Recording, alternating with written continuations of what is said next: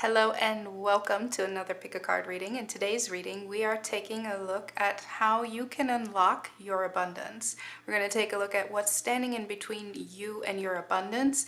Abundance can be monetary, physical, emotional. It really depends on what you have your sights set on, right? So for today's reading, I have shuffled out 3 color cards. I've prepared 3 groups. Let me introduce you to the groups. For group 1, we have a rose quartz. I think it's even angel aura or rose quartz. It really just pertains to like the shiny, reflective, like multicolored surface. That's the aura. And this is your color card for group 1. It says sea glass green, it's hard to read, sea glass green, pastoral jade, and forum green. It's a cute color combination. This is group 1 for how to unlock your abundance. Let's put it back this way. And in group 2, this is your crystal, and it's a little warm right now. Let's focus because I've been holding it because I've been trying to remember the name. Now it looks kind of like a labradorite, right? But I remember when I bought it that it was specifically not a labradorite, and I'm really bad at writing down my crystal names, and I've had this buddy for almost 2 years now. I think I did some research and I think it might be a spectralite, but all the spectralites that I'm seeing online really have like very, very bright definitions of light. So I don't know if you have any ideas. It does kind of look like a labradorite, but I specifically remember that it wasn't a labradorite. But in any case, very likely in the same family because look at that. Oh, that's so gorgeous. Gorgeous, no matter what her name is, right? Anyways, the card that came out for you was Hemlock Green, Dark Stormy Sky Green, and Deepest Woodland Green. And this crystal is also kind of green in its base color. All right, that is group 2. And in group 3, no green for you. That doesn't mean green as in money, right? Your crystal is, let's focus, there we go, a peach moonstone. Peaches are very juicy. Peach moonstone. And your color card is Blue Jay, Brussels blue, and Persian turquoise. Fancy. Okay, so these are our 3 groups. We have group 1, group 2, group 3, and a cat hair on group 1. Let's take care of that. So again, we're taking a look at how to unlock your abundance, what is in the way between your abundance, and perhaps what is your abundance going to look like if you're not completely sure on that, if you're not completely clear on what it might entail. So I'm going to give you a moment to zone in or zone out, whichever you need to make your choice. Timestamps are in the description below, and I will meet you at your reading.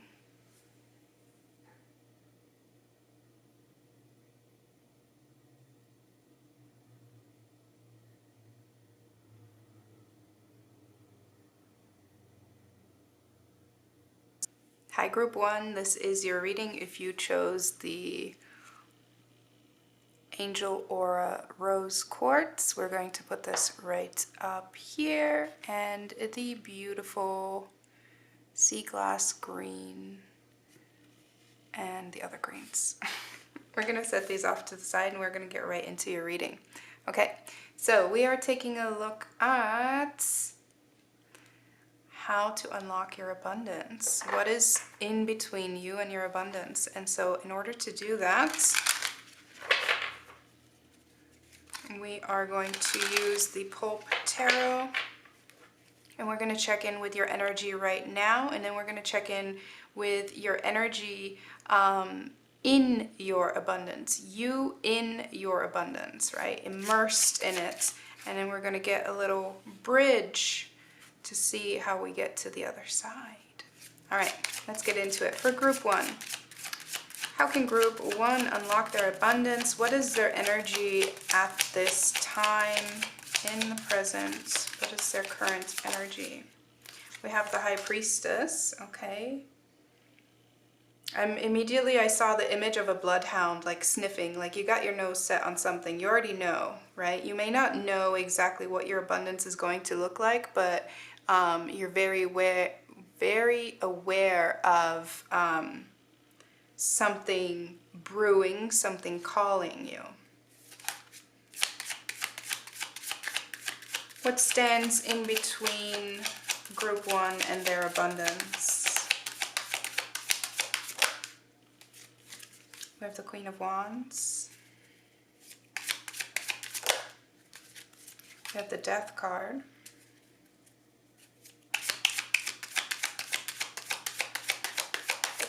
Ooh. We have the Wheel of Fortune. Let's move this over a little bit.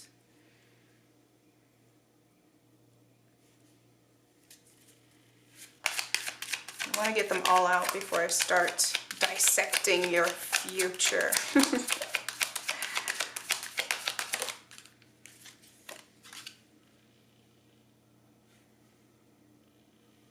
We have the Page of Wands.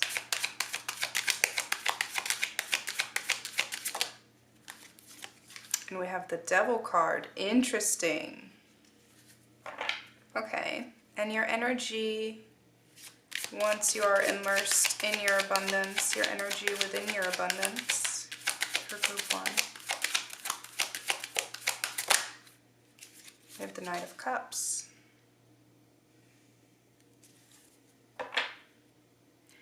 Oh, look at the bottom we have the Ten of Cups. So I am going to set this over here. It's a little bit off screen for you. We're also a little bit crooked.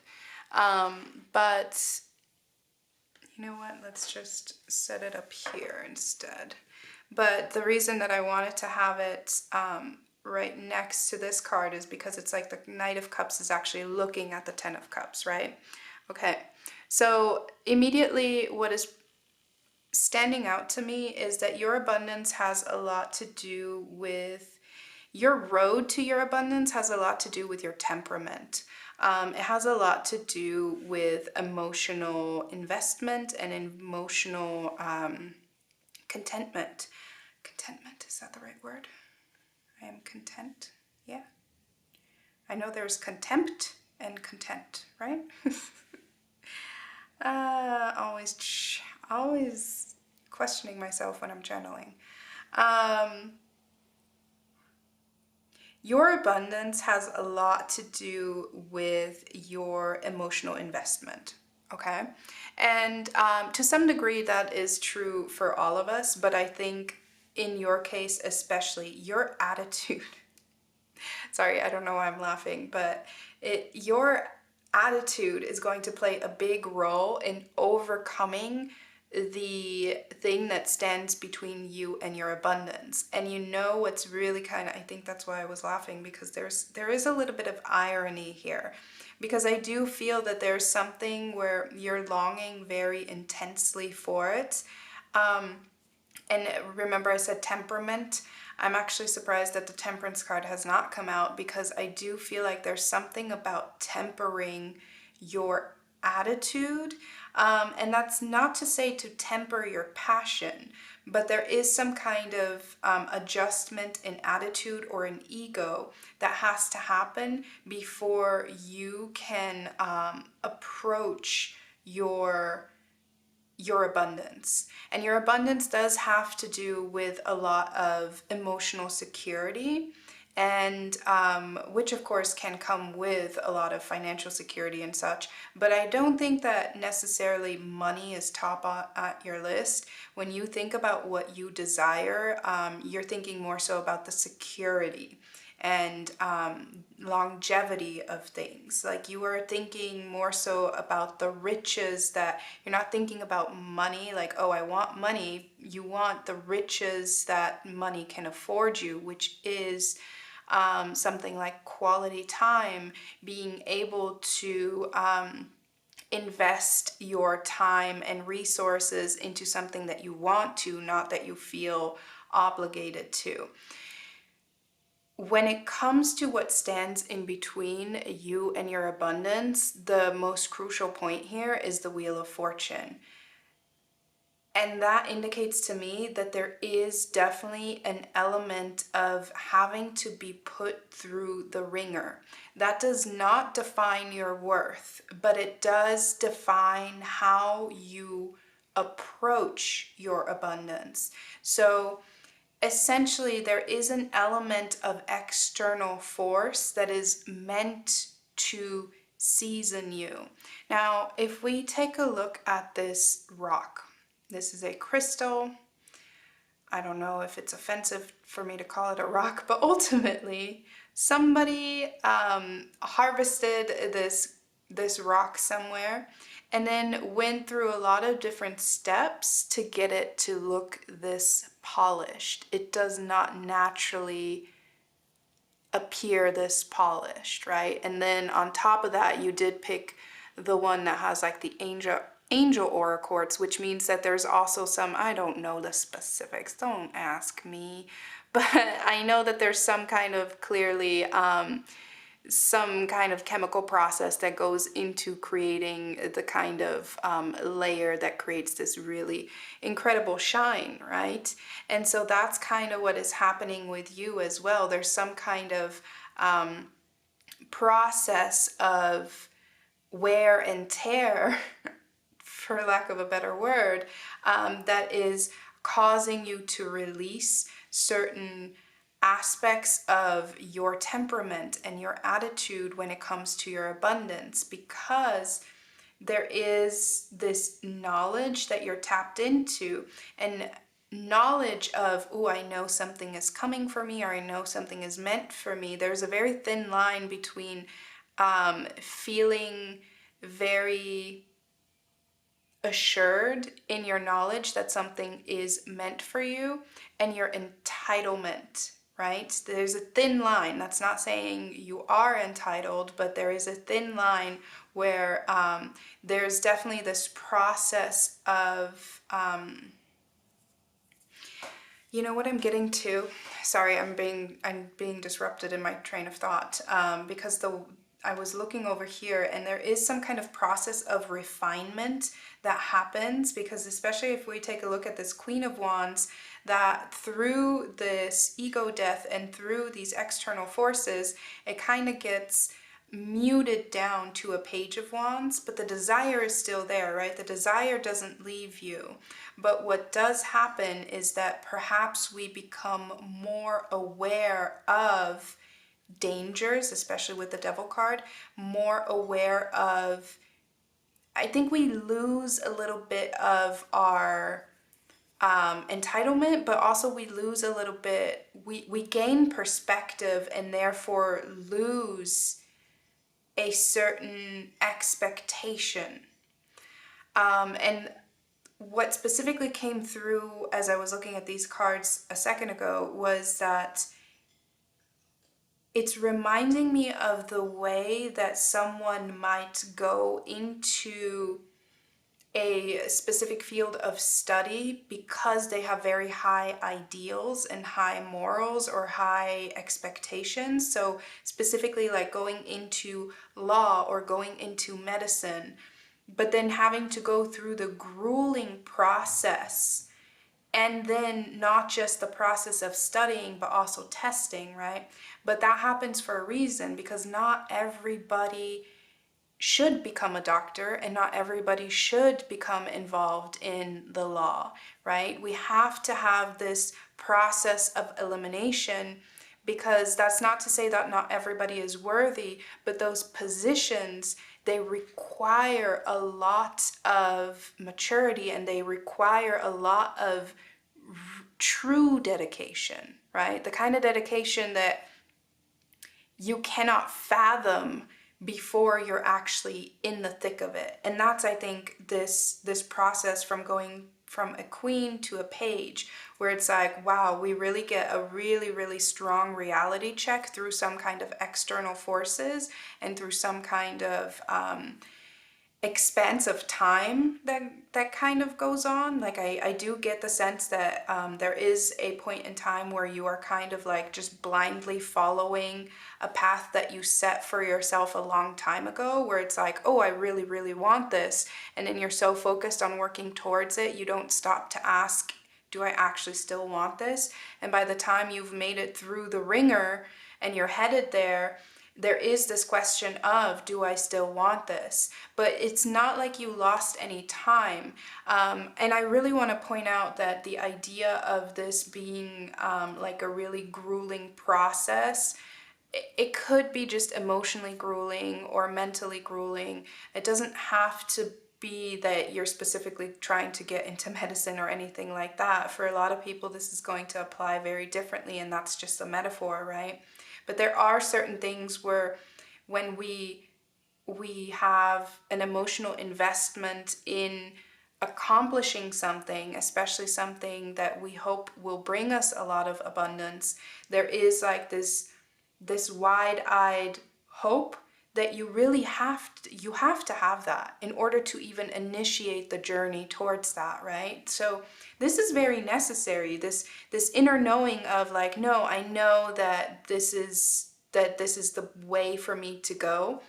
So even once you get to a point where you start doubting yourself, where you start doubting, do I still want this? Do I want it for the right reasons? There is value in that as well. And I do see there being some sort of tweaking of the plan where you are going to, because of the demands of the journey, it's really going to ask you to reevaluate whether the abundance that you have your eyes set on is truly what it is that's calling you. Okay, so again, and this is kind of like the adjustment of, I think what I talked about earlier, where it's like you don't want the money, you want the security that comes with the money, right? What you really are looking for is emotional stability. And so I think you are in the process of going through this gauntlet of emotional instability to get to a point of emotional stability. But through that, you are being refined in a lot of ways. So even if somewhere along the way, and that's not for everyone, but for some of you, you are going to change your mind on a particular road, and you're going to choose to take what you think is a detour, and you're going to look back thinking, oh my God, I thought I knew. And you did know, because it took that path to get you to that point to recognize the off-ramp for the detour. So you're still on your path. For others of you, you're just going to double down and be like, no, this is exactly the road that I'm supposed to be on. And the fact that it's challenging me just shows me even more so that I want this, because I'm willing to put up with those challenges, or I'm willing to put up with the sacrifices that it demands of me.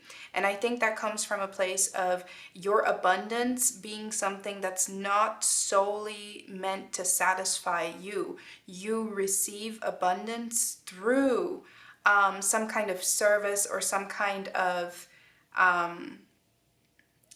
something that you are able to provide others is really what facilitates your abundance as well. Beautiful. I was really digging that flow, in case you couldn't tell.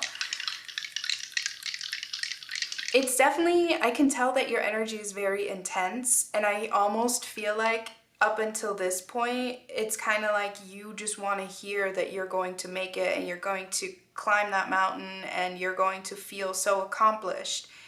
And that's not quite the journey that I see for you. I do see you accomplishing what it is that you're trying to accomplish, but I see it being a process of refinement and lots of little deaths of perhaps what you thought it would look like.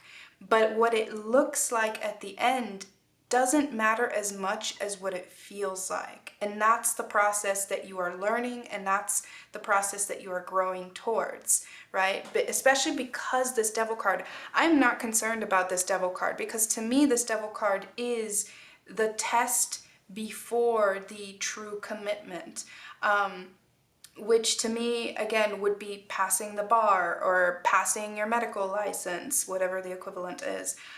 It's the test before, but that's not to say that if you're not in school that it will feel like a test. It's more so about something will question your dedication, and something will really ask you to show how dedicated you are to the purpose, right? The purpose of it, the positive effect, and not the like, you are not scared off by the work that has to be done in order to accomplish what it is that you're trying to accomplish. And so what I see is that you have a lot of tenacity. And you might be really irritated by the fact that what stands between you and your abundance is having to prove that. But at the same time, I feel like you have such an energy. If it was easier, you'd be bored. If it was any easier, that you like the challenge. I do feel that you have a lot of tenacity, you have a lot of fire in you, and you do appreciate the challenge. And not only that, but you're probably drawn to certain topics of interest or careers that specifically are challenging, where it comes with that air of like, not everyone can do this, right? But it does come with a bunch of little deaths. It comes with having to release some idealistic ideas around how you're going to achieve this. Just because you like a little challenge doesn't mean you enjoy it in the moment, right? You really like the feeling of accomplishment afterwards. But you are definitely drawn towards. That's why we have this high priestess with this very smug look of like, I know what I signed up for. And you do. You do know what you signed up for, whether it is within this lifetime, whether it is within the career that you chose. You know what you signed up for. And so I'm not telling you anything new. I'm really just here confirming that, yeah, you chose, it's kind of like choosing a mode of gameplay, and choosing easy was never an option for you. That was never, because it would have been too boring. It would, yeah, you could have had an easy road to your abundance. It would have been too boring, and you wouldn't be as nuanced and as I'm seeing like a this is so funny. I've been seeing, it's October. We're getting to that time of year. My senses are really heightening, and I've been seeing a lot of imagery when I'm reading lately. And right now they just showed me like a spice mixture, which again, I think you're quite spicy. I think you have a lot of kick to you. And so it's kind of funny that they showed me a spice mixture, but I know that the reason that I'm seeing that is because a spice mixture has a lot of depth to it, right? It's not just salt and pepper and that's it. Like, no, this is like an actual seasoning. So it has a lot of different layers, which includes like sweet and spicy and salty and savory, right? There's a lot of different layers in a good seasoning. And that's kind of what's going on here, where you're experiencing different layers of your commitment. You are, honestly, if I need something done, I'll come to you, because you're gonna get it done. You might be a little bit touchy during the process, like you might have a little bit of a temper during the process, but you're gonna get it done. And then what I think is, I keep wanting to move on and pull more stuff, but I'm so intrigued by this because I really want to make sure that I do your energy justice, because what I see here is that you're very dedicated, and also you're just kind of like a no bullshit kind of person. But at the end of the day, you are the kind of person that really like puts boots to the ground. I think that's an expression, right? Boots to the ground, like you do what needs to get done. And yet with this Knight of Cups and this Ten of Cups, I can see that you still have so much integrity. You're not going to take any shortcuts. And that's what's really going to help you enjoy your abundance when you do reach it. So overall, what I'm seeing is that what stands between you and your abundance is a little bit of seasoning.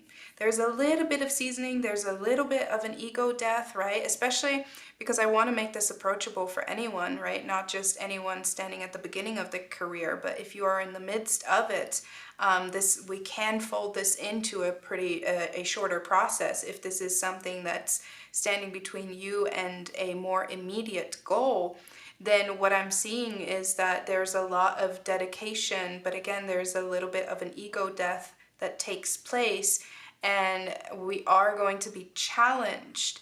And really what needs to happen is we have to be sure that the abundance that we are pursuing is still what we want. Because if not, then we need to adjust and find a detour, because that's really what your abundance is all about, that it really resonates with your heart space, especially because we have rose quartz here. It has to resonate with your heart space. So I think you're a very like kind of no bullshit person, but ultimately your abundance is all about the heart space. Tell us something more about what's in between group one and their abundance. Yes, see, we have the first house, which again, ego death. The first house is the house of self. And then we have Virgo energy and we have Saturn. So yeah, this is really about taking a look at, what do I expect? How am I showing up? How am I dedicating? It is about dedication, right? Saturn asks us to do the work. And if we do the work, we will receive the payout. And Virgo is an energy that's very much about dedication and, again, being of service to others. I do feel like some of you here are in the medical field, because it is all about being of service to other people. Virgo is a very sacrificing kind of energy. And so sacrificing energy along with Saturn energy, which also is a very restrictive energy in the first house. Again, it's very much this having to check your ego, having to conform to some kind of hierarchy. But I don't think that the hierarchy is necessarily within a workspace or anything like that. It might come through that way, but it's more so a hierarchy that is a natural hierarchy, right? With this Wheel of Fortune, it's a universal hierarchy that we are submitting ourselves to, but the way that you are most likely to encounter it is through a boss that makes you learn a particular process in a very particular way, and you might have ideas of like, oh, why do I have to do it this way? Can't we just do it that way? Can't we just skip that part? And being pushed through the entire process of seasoning helps put you in your place a little bit, because it makes you realize why certain processes are necessary, why certain steps cannot be skipped, even if they are just for educational purposes. This helps you recognize why certain things have to play out the way they play out. And if you weren't going through this process of seasoning, if you were forgoing that, you wouldn't have that perspective. And so this is really kind of like a check of your ego. Again, ego death is what we're experiencing here. It's really like a check of your ego, because you are very fired up, and sometimes fire has to be controlled. It's an incredible resource that we have as humans, but fire has to be controlled, right? Especially with this Devil card. Okay, wow, I have been going on and on about just these cards, and I have more cards I want to pull, so I'm just really digging this energy because I need some of that. I could use some of this. It's giving me definitely very much Aries energy, but it doesn't mean that you have to be an Aries. It's also giving me North Node in Aries, which is a transit that we're of course experiencing right now. It's just very dedicated. So in terms of what's standing in between you and your abundance, you just have to keep pushing. You just have to keep pushing. I don't see you, self-sabotaging. I don't see you rejecting anything. I just think you chose the scenic route. And by scenic, I mean more interesting. Okay, let's get... These are my archetype cards, so let's get one card on what group 1 should release in order to... We're trying to make this journey to your abundance more as effort... Well, you like effort, so not effortless, but as painless as possible. So how can we do that? What is an energy that group 1 needs to release, so let go of? And then we're going to see an energy that you need to embrace in order to reach your abundance.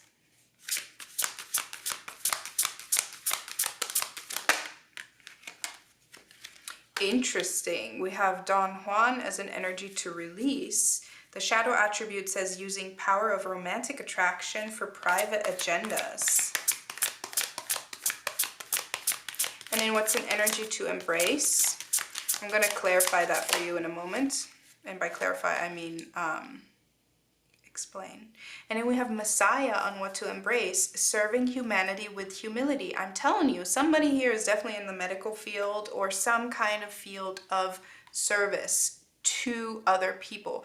And I think that's something that you have to remind yourself of, because with this Don Juan energy, I think what we're getting at here of this is an energy to release is that there are certain ways in which you are able, because you have very fiery energy, there are certain ways in which you can coax certain shortcuts, in which you, and not necessarily through sexual energy, but just through passionate energy, right?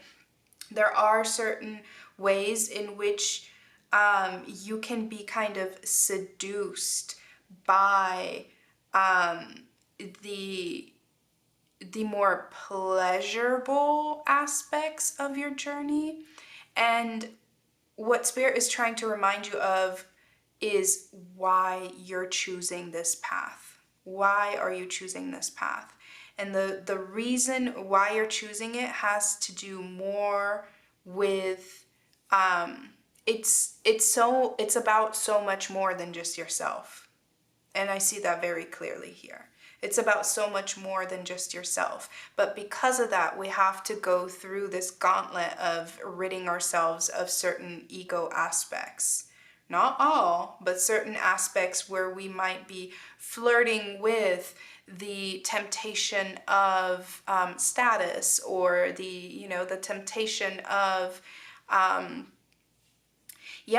I don't know why. I just keep seeing somebody in like a medical office, and you know how there's people who say like, oh, I went into medicine because I want to help people, and then at the end of the day they find themselves doing plastic surgery, which that is also a very valid field, and there are many ways in which plastic surgery is extremely helpful for various reasons. But, there are certain practices where it's like, oh, you know what you're getting into there. And so that's kind of what I'm getting, is that there are going to, especially with this Devil card as well, there are going to be temptations along the road that kind of are trying to coax you to forget why you're following this journey, why you are committed to reaching your abundance. Because again, I feel strongly that your abundance is not all about you, right? And that's what I love, is that despite all of this really intense and passionate energy, when it comes down to your abundance, we're looking at cups. We're looking at emotional heart space energy. the Messiah card, I can't remember if I read it. It says light attributes, serving humanity with humility. So yeah, I think this Don Juan card is really about releasing kind of like the devil card as well. It's like, well, are you sure you don't want this? And this is like, I don't know, lots of money, but you don't get to do what it actually is that you want to do, right? So it might be something that is more financially rewarding, but you won't feel as emotionally attached to whatever it is that you're choosing. Okay. And that also goes for, because this doesn't have to be just about career. This can also be about choosing love. So you might be coaxed by a situation where somebody is really kind of not in it for the right reasons, and the gauntlet and the ego death that we go through here would indicate that we're choosing relationships that show us what love is not about, right? And so what we kind of have to release is the passion of it, and we have to I'm kind of surprised that I'm just now making the connection to love, because I'm seeing it a lot now. The draw of passion, there's a thin line, like I said earlier, with the thin line between entitlement and expectation. There's also a thin line between passion and aggression, right? And so there might be certain romantic patterns that we have been following that aren't the healthiest for us, and that will never get us to the 10 of Cups. And so this gauntlet is about facing that and facing how hard it is, right? And that it doesn't have to be that hard. And that then engages you to, or inspires you to choose differently. Okay, so let's get one of these, and we're gonna get, what is a blind spot that group 1 needs to acknowledge? What is a blind spot? Grind spot that group 1 needs to acknowledge. Give me a blind spot for group 1. Woo. Okay, we have radical curiosity, seeing as if for the first time every time. That's exactly this, and I want to say demotion, but I don't mean it as harshly as that. But you might actually find yourself demoted in some way where you're like, what? I shouldn't be hired for that job. I applied for this other job, and now they're offering me something that is like way beneath me. And with this Queen of Wands, there is this sense of entitlement, and then we get a reality check, and it kind of knocks us down a little bit, but it's also an incredible opportunity to really broaden our perspective and our understanding on what it is that we are actually committing to. So seeing as if for the first time, every time, is very much this Page of Wands energy. And so Spirit is reminding you to keep the curiosity alive, right? To not be distracted by the payout, but the process and the journey of getting to where it is that you're trying to get. And then at the bottom of the deck, we have inner integration. There is peace, equilibrium, and fulfillment in integrating the inner wild. You got a lot of that. With the taming and tempering effect, the Wheel of Fortune, that life has on us. That's exactly it. There is peace, equilibrium, and fulfillment in this process. But it is something that you really have to actively tap into and really actively appreciate. And I'm really, really sorry if somebody's listening to this and saying, like, I didn't want to play life on hard mode. I didn't choose this. I don't like a challenge. Then maybe try and take a look at why are you finding yourself on a path that is so challenging, right? Because there is definitely an element of, I do feel that there is an element of choice, meaning otherwise other things don't engage you. They don't get you as excited. They don't get you as invested. But yeah, the inner integration, how this is all about accepting that a version of yourself that perhaps wasn't as aware of all of the pitfalls ahead of you was just as necessary for you to embrace as the version that is more aware and perhaps a little bit intimidated by what's to come, right? All of those versions of yourself are getting you to this point of reaching your abundance. Okay. Any last considerations or advice for group one? Ooh, that was fast. Look at adventure. See, I'm telling you, you chose this. You wanted this. You don't like easy mode. Easy mode is like, ugh, everybody can do that.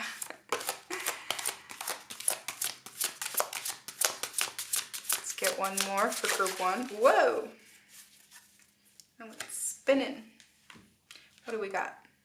We have keep watch.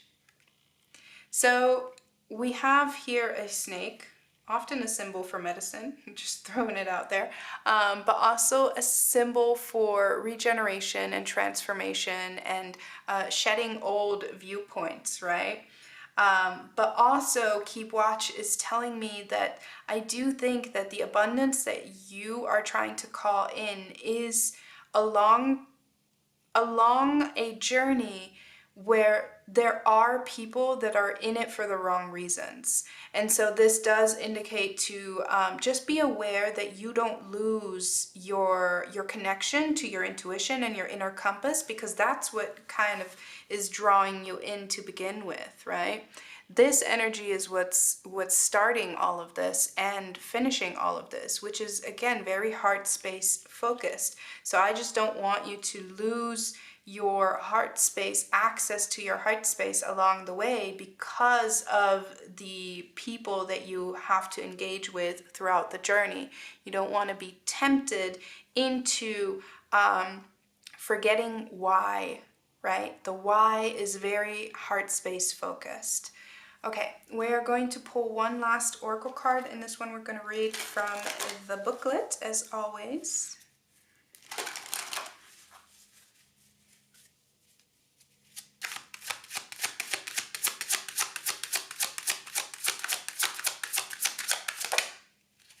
We have the White Rose of Hope, and look at how the colors match with that radical curiosity. That is a number 30. Hope, beacon, solution, beginnings. We see a woman dressed in a blue gown standing somewhere in a lonely landscape. Darkness surrounds her, but a shining white rose glows like a beacon and illuminates the night. Maybe this woman is lost, maybe she is uncertain about her feelings, yet thanks to the light of the flower she can find her way. White roses symbolize hope, new beginnings, admiration, and young love. There are exciting times ahead. Now, just because you chose this journey doesn't mean that you're not going to get tired of it, that you're not going to get exhausted, and that you're not going to feel hopeless at times, right? It happens.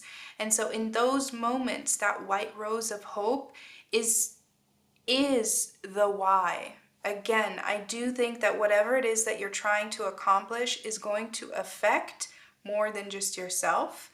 And I think the most abundance that you're going to receive is going to be on a path where you are emotionally open in your heart space to serve and work alongside others. And when you get exhausted by the journey, that is what needs to feed your soul. That is the idea of, and at some point I'm going to reach my point of abundance because I am doing my part in what it is that I'm supposed to be doing that is of service to others in some capacity. And that doesn't mean you have to save all of humanity. If it is just about your family or just about, a certain group, a certain demographic that you belong to, that counts just as well, right? But there is something where it means a lot to you to be able to get to a point to serve some aspect of your community or people around you. And that is what's going to help you through this process of this journey. Okay? I'm going to leave it there. Thank you so much for hanging out. I really hope that it resonates. I hope that it was constructive. I think you've got everything you need to make this happen, to reach your abundance. All it takes is persistence. That's all I'm seeing, is that you have to remind yourself of the why and then persistently keep pushing through. And then you're going to do it. You're going to make it. You're going to reach your abundance, and more than just you, more people than just yourself are going to benefit a lot from that. And I think that's going to bring you a lot of joy. If you would like to book a personal reading, you can do so on my website. The information for that is linked in the description below. I would love to do a personal reading for you, as I am a huge fan of personal readings because we just get so into it. If you know, you know. Okay, I'm going to leave it there. Thank you so much for hanging out, and I hope I get to read for you again sometime. Until then, take care. Hi Group 2, this is your reading if you chose the mystery crystal, which is probably just, what is it? I already forgot, Spectralite? I think that might be it, but I'm not sure. Who knows? Do you know? Let me know. And the Hemlock Green and Friends. We're going to set this up here and your color off to the side, and let's get into your reading. We're taking a look at what stands in between you and your abundance. How can you unlock your abundance? In order to do that, we're going to get your current energy, and then we will make our way into your abundant energy, and we'll see kind of the bridge that we have to cross in order to get there. For that, we are using the Pulp Tarot. And yeah, let's get into it for Group 2. What is their current energy? The Hermit. Okay, so immediately this might be an indicator that you are kind of redirecting what your abundance might be for you. Like you might be on a path of trying to reconfigure, like you've been chasing the wrong thing and now it's like, wait a minute, what do I need to do? Let me refresh. But let's see. What is this journey about? Oh, we have the Empress. Love that. Oh.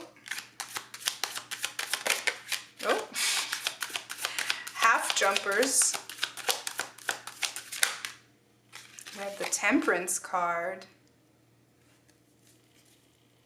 This is looking good so far. And we have the Tower. Of course, sorry, I jinxed it. Tower is not a bad thing, but we need context. What is happening? What's the rest of this bridge? What's the rest of this journey?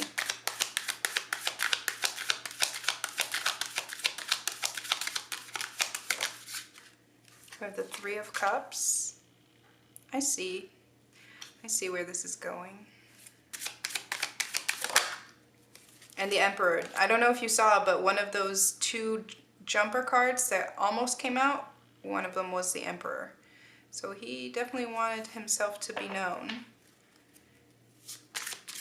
And then we're going to get one more for your energy in its abundance. Immersed. What does your abundant energy look like? Interesting. We have the Four of Swords. Okay, and then we have the Three of Wands. That is very interesting. Because immediately what's kind of coming up is I get the sense of your abundance having a lot to do with healing for you. Your road to your abundance is very much about, I think, letting go of control, letting go of the idea of having to do it alone, having to do it on your own, having to rely on yourself, having to be self-reliant, having to produce. I don't know why that's coming through, but with this Four of Swords, you being in your abundant energy means that you get to finally take a nap. You get to take a nap. Doesn't that sound nice? You get to rest and you get to heal something about your, especially because in this imagery there is this picture above the bed of this mother with a child. There is something where you get to heal. It could be some kind of mother wound, but it doesn't have to be. It could just be about your inner child, because there is something about a lot of expectations here. I do think it's interesting that we have the Tower smack in the middle being the turning point of your journey. And I kind of want to pull a clarifier or two on that just to see what that Tower will look like for you. But keep in mind, it's a general reading, right? Even if it is a pick a card. But I'm really fascinated by the fact that we have the Empress here and the Emperor over here, because to me that indicates that as you are, the point along your journey that you're at around this time has a lot to do with you probably focusing a lot on your inner life and focusing a lot on your idea of worthiness and receiving. And the part that comes after that, I think, has a lot more to do with determination, being more proactive and more constructive, but also more willing to cooperate, more cooperative. Which this is kind of this energy of like, oh, what's meant for me will find me. And then it's like, boom, something happens. And then it's like, oh, wait, either it has found you and it's now demanding of you to cooperate, or something else happens. And then there is this energy of needing support, relying on support, and getting that support in a constructive way that helps you to be in charge. But in charge also means delegating responsibilities, right? The Emperor is not doing all the dirty work, and that is, I think, how we're getting to this point of you actually reaching your abundance, meaning getting some rest. And especially with the Three of Wands at the bottom of the deck after that, I do feel like there is like a period of rest, because after that comes a period of expansion. So I want to say, if you have your own business, I could see this having to do with you starting out your business on your own and really having to work on your attitude in terms of like, because it's only in recent years that so many people have access to specific resources. Like online connectivity has created a lot of opportunities for people that didn't used to have opportunities available to them. Starting your own business has not always been something that feels realistic to people, right? And so there is some kind of journey that you've been on in terms of accepting, like, no, I can do this. I am capable of managing something like that. And then here, I think it has a lot to do with expansion. For some reason, I'm like feeling the need to sit up taller. Okay, let's get some cards on the Tower energy here. I want to see what is this Tower going to look like for group 2? What will this Tower look like? We have the Three of Wands. Okay, see, I'm telling you, somebody is expanding their business. And then we have the Hanged Man. Interesting. The Knight of Pentacles at the bottom of the deck. Okay, so we have the Page of Pentacles. See, I told you, not every Tower is a bad thing. Context matters. And in this context, where around it we have Temperance and then the Three of Cups, to me this looks like you will face a moment where it's like an overwhelm and you need a little bit of help. And the help is right there, right? I think this is a positive Tower. I think this is a point of illumination, and this is a point of growth. Especially because we have the Three of Wands again for the second time, and then we have the Page of Pentacles, meaning that, maybe you weren't quite as ready for the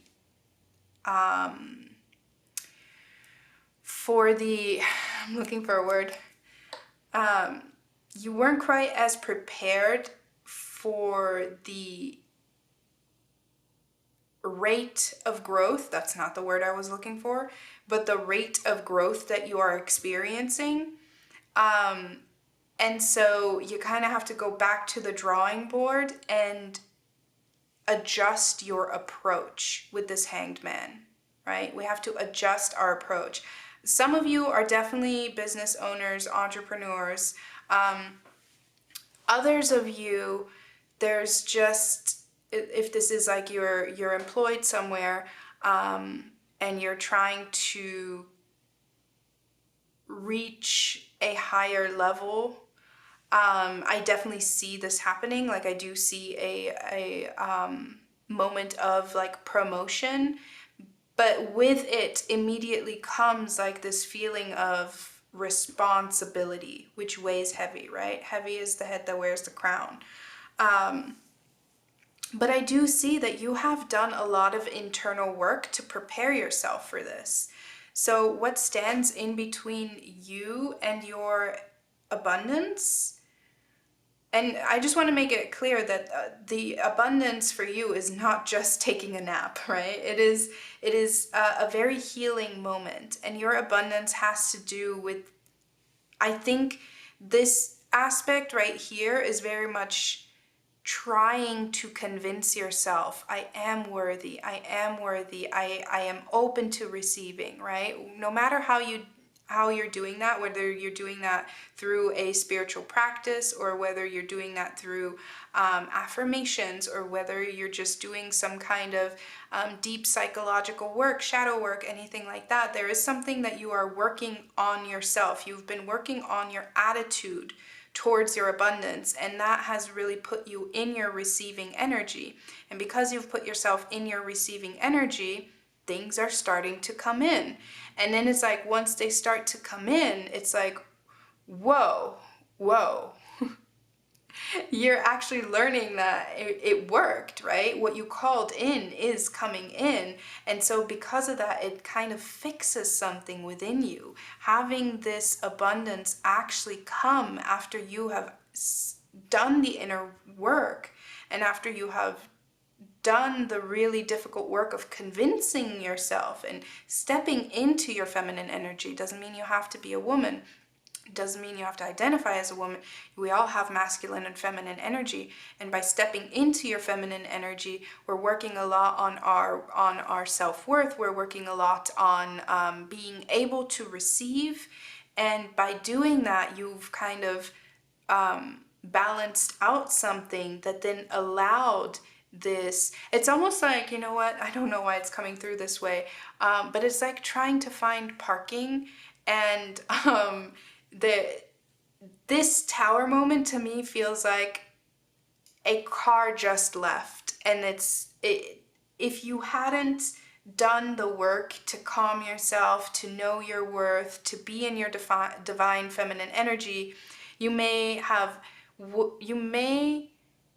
had missed that car that just left and opened up a space. And again, that's a metaphor. So if you have a business, it's being at the right place at the right time. But that makes it sound like it was just handed to you. That's not the case, because you had to be in this stage of preparation in order to even be in the right space at the right time, right? So that doesn't take away from the work that you have done. It's not a strike of luck. Is that what it's called? A lucky strike. It's not a lucky strike. And for some reason, as I was thinking about that, I also just heard lightning doesn't hit twice. But in this case, I don't know. That's just how it's coming through. Is like lightning is striking twice. You are getting some kind of lucky break. And it might look to other people like a lucky break, but at the same time, I think you're going to have a hard time recognizing it, because of that lucky break. First of all, it wasn't lucky at all. It was part of the plan. But because of that lucky break, you are actually having to engage in more responsibilities. Okay? because this tower is going to look like a lot of expansion, and it's going to ask you, are you ready? Are you ready to expand? And so I do see you either having to, if you have a business, either having to hire people or having to engage your friends. But also this Three of Cups is not just having to be responsible for Three of Cups energy, but also getting to celebrate and getting to be like, wow, I really did that, or wow, that really just happened. Honestly, I don't know why, but I'm getting Shark Tank vibes here. I don't even watch Shark Tank. I don't know why that came into my mind, but I'm getting Shark Tank vibes. Somebody here is going on Shark Tank. But that's the kind of energy, right? Where you really have to, I just recently actually saw a TikTok about where somebody was talking about the involved process to be able to go on Shark Tank. Like the application process is so involved.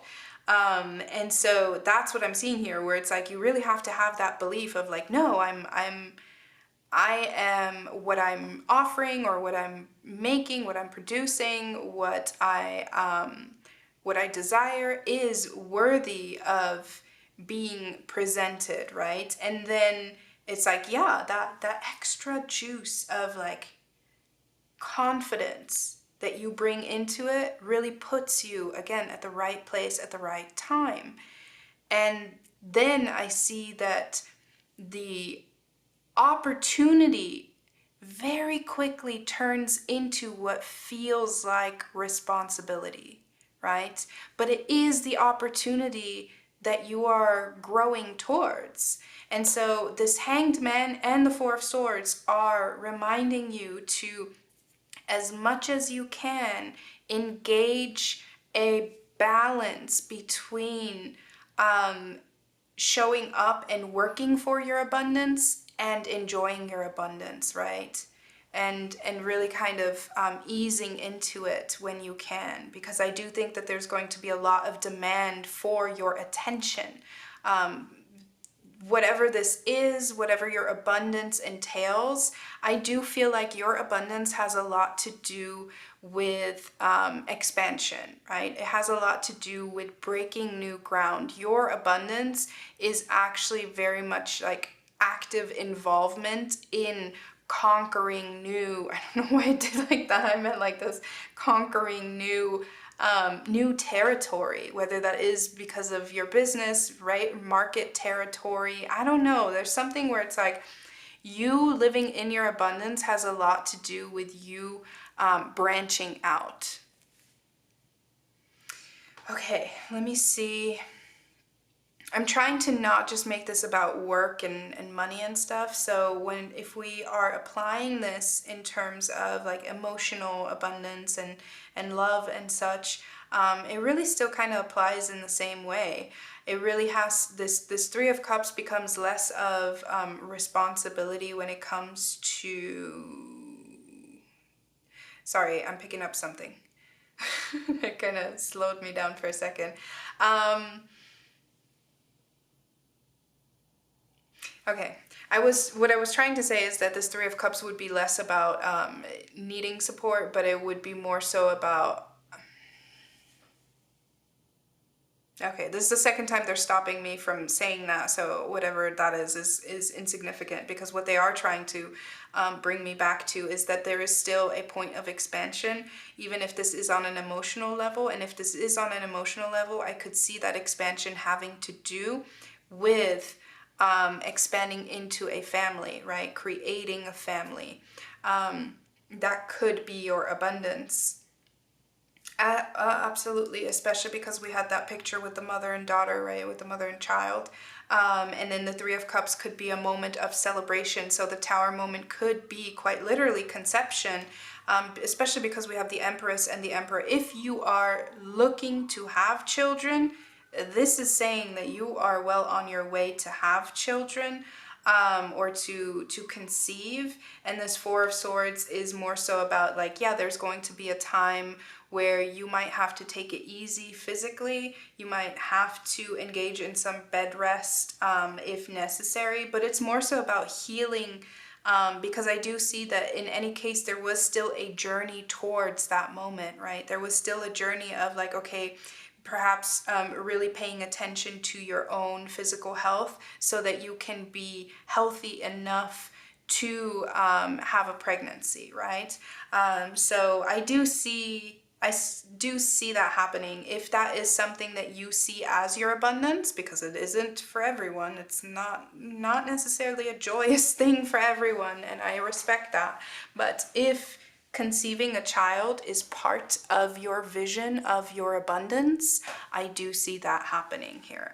I do see, especially with the Empress and the Emperor, I do see a moment of celebration and of coming together, a fusion of sorts. And then again, the Tower moment being that Page of Pentacles is that opportunity, and it's going to change you forever. So absolutely, that is a possibility here.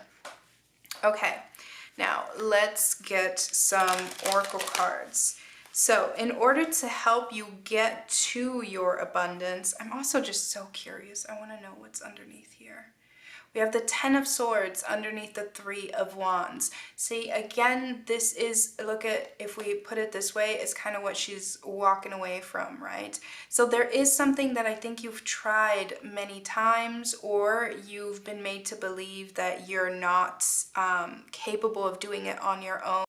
And yes, I do think that there is a moment where you're really trying to prove that you can do it on your own, but then you engage some kind of support or support system, even if they're not employees, right? Even if it is just your friends hyping you up, there is still this moment of like doubts, and specifically doubts around being successful with this, and you're healing that and you're getting away from it. And if, again, this has to do with conceiving a child, then it is getting away from the doubts of, you know, am I fit to be a parent? Am I going to be able to live up to the expectations? Am I going to be able to do better than my parents did? All of those things, right? It's kind of like we're aware of the fears and the anxieties, but we know that the only way through is forward, right? Okay, let's get some archetype cards. We're going to get one card on an energy that you should release, group 2, something that you should release in order to make this process a little bit more manageable for you, an energy that group 2 should release. We have Healer. I think this is interesting because I think it indicates to me at this point that you do not have to be, especially because I think this was part of the beginning of your journey, you do not have to be fully healed in order to be worthy, right? You do not have to be fully healed in order to become a parent. You do not have to be fully healed. All that matters are your intentions, right? You do not have to be 100% healed in order to be loved. You are worthy of love, and you're capable of giving love at any point in time.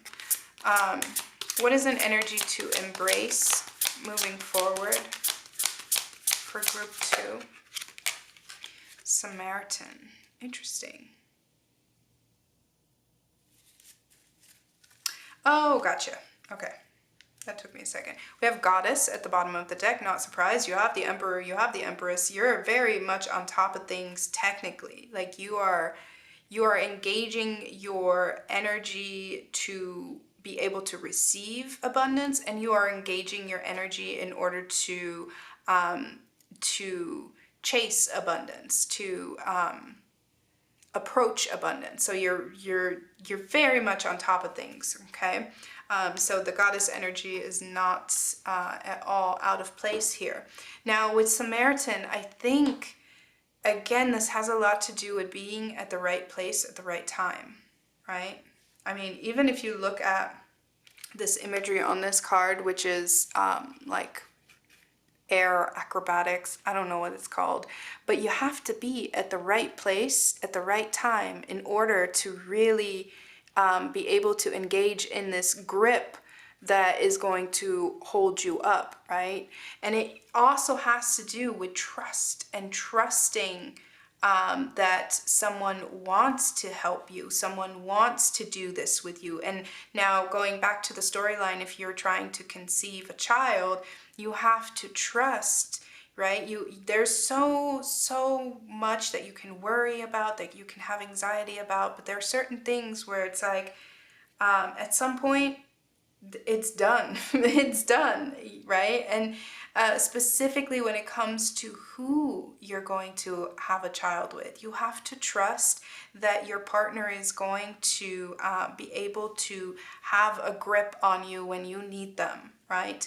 And so that's where this energy is coming from, in terms of what to embrace moving forward. It has a lot to do with going from this energy of like, I have to do it all alone, I have to do it all alone, I have to do it all alone, towards this energy, I have to be able to trust others. I have to be able to accept help and provide help when needed. Because it does say, refines your capacity to help those you would prefer to ignore. No, I'm not.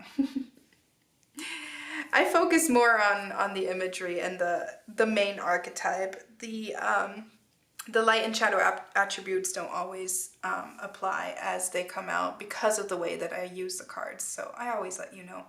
However, the energy to release is healer. So again, I think there is this idea within you of like, oh, I need to be healed in order to be deserving of my abundance. And I don't think that's the case at all, because I think the process to reaching your abundance is actually something that is very healing for you, right? So you cannot be healed without going through this process. Okay? All right, let's see.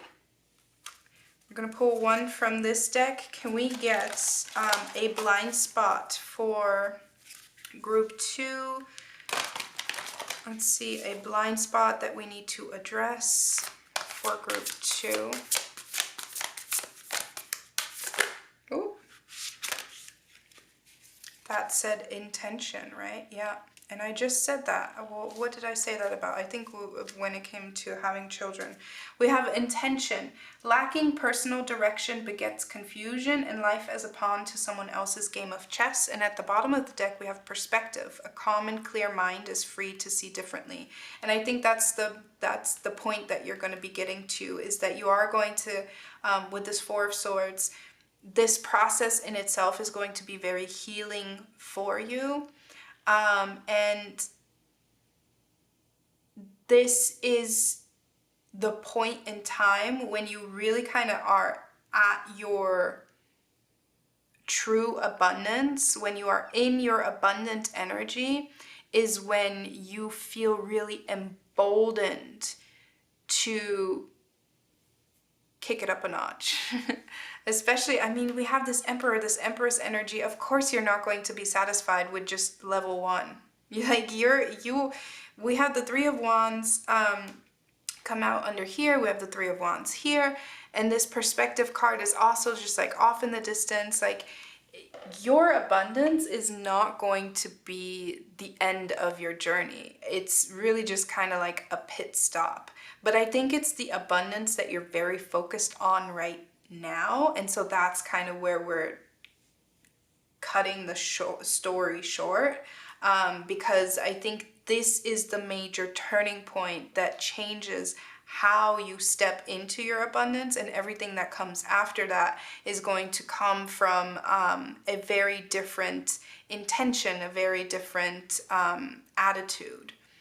So again, lacking personal direction begets confusion, and life as a pawn to someone else's game of chess. And I think this was very important to you within this process, because it's very much like the energy that you're in right now is very much about focusing on, okay, what do I want this to look like? What do I want this to feel like? What is my vision for my abundance, my business, my career, my family? What is my vision?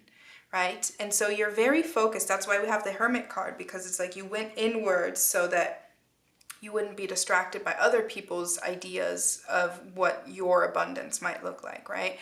Very focused on your vision, And so moving forward, though, what I am seeing with intention is that we do have to make room for, with Samaritan and intention, we have to make room for the variables that are other people, right? Other people, because you were very focused on like, okay, this is what I am, this is what I stand for, this is what my business stands for. Okay, but if your business gets to a point where it grows and you involve other people, you have to make sure that those people are also represented within your business.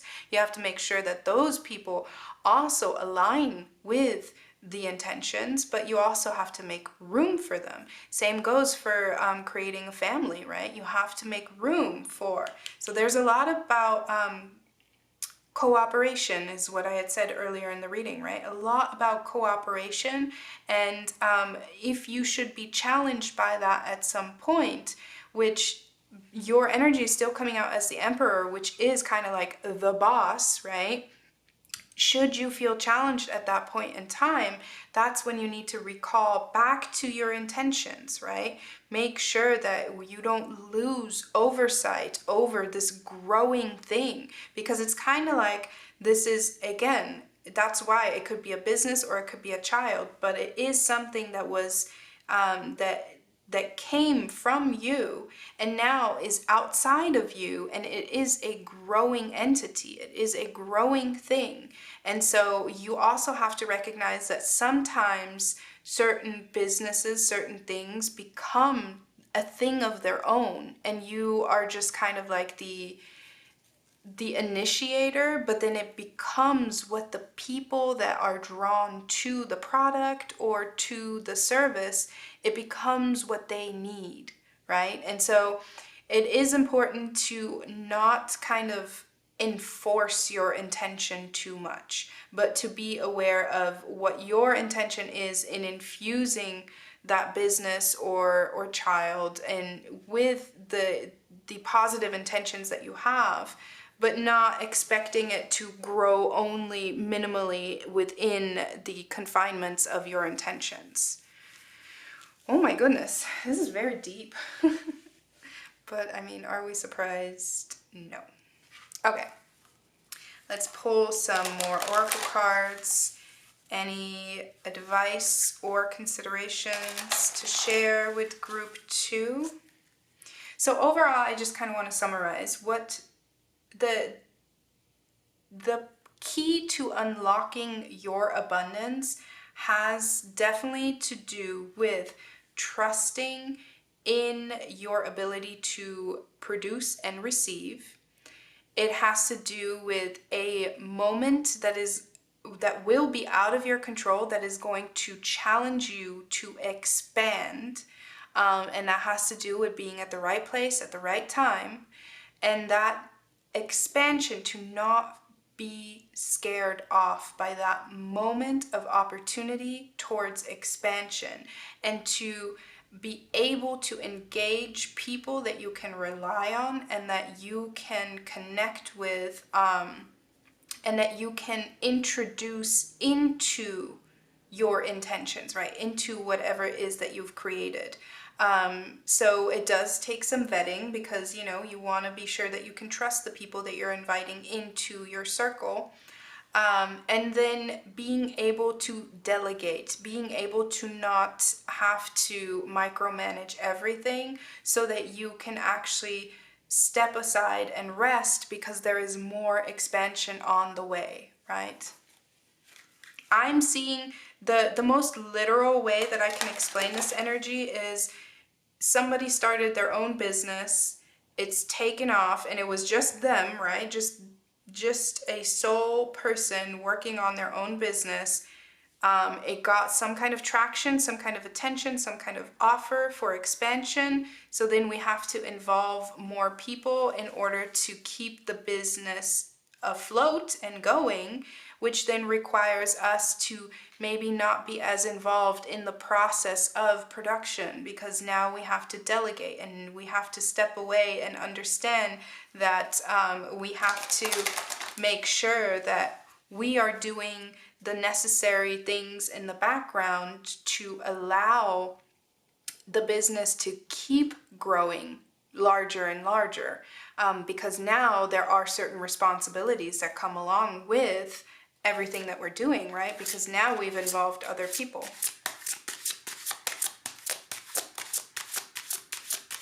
Any last considerations? Yeah, adapt. You probably, for a little while, if not currently, are quite satisfied with how things are going in your business or where you're at, but you are right ahead of major expansion, and you're going to have to adapt. You're going to have to, because it's part of your abundance.